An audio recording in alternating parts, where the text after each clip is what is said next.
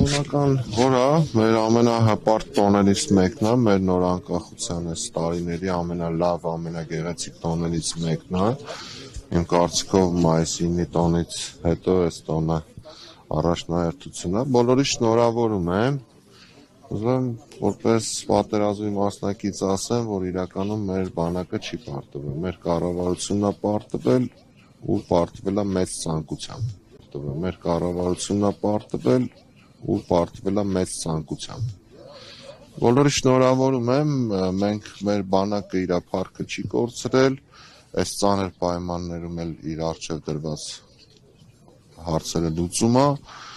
պետք է ամեն ինչ անենք ամբողջ ազգով, որպեսզի կարողանանք հետ բերենք մեր կորցրածը, արժանի լինենք այն տղեկին, ովքեր հիմա այստեղ պարկած են։ Ըստ ձեզ բան այս պահին բանակում բացեր եւ ինչպես պիտի այդ բացերը լրացվել, ինչպես պիտի հաղթահարվեն։ Բանակում բացերը կարելի է մի քանի օր պատմել դրա մասին, ես ինքս անընդհատ կապ ունեմ, տարբեր դիրքերում ինչեր է կատարվում, բաց մամուլով էլ տեսնում եք շատ հաճախ նույնիսկ մեր իմ հայակվեի գործընկերները խոսում են շատ հաճախ խնդիրների մասին, առաջի քայլը պատրաստվել հունիսի 7-ի ընտրություններին,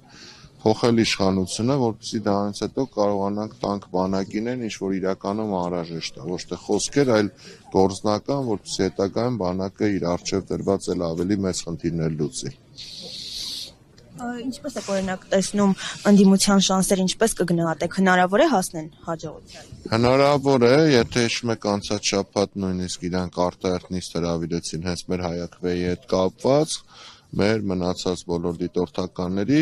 ակնհայտերում է, որ իրանք էլ են տիրապետում, մեզանից լավ են տիրապետում հանրապետությունում տիրող վիճակին, հասկանում են, որ դատապարտված են պարտության ընտրություններում,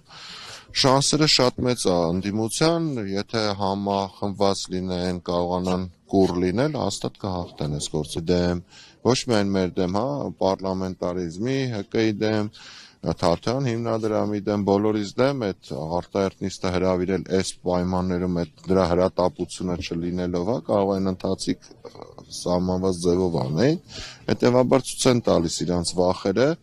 մեզ էլ ստիպում են, որ էլ ավելի ոգևորված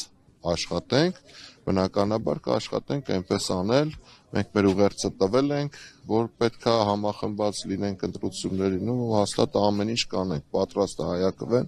լինի այդ պլատֆորմներից մեկը, որ ընդդիմությանը համախմբի։ Մի քանի օր առաջ ներողություն հայտարարեց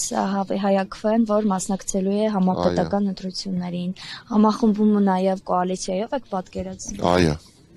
Օրինակում հետ Այս պահին չասենք, որովհետև բանակցություններ են ընթանում, ունենք ներքին պայմանավորվածություն, որ որևէ կողմը առանձին հայտարարություն չանի,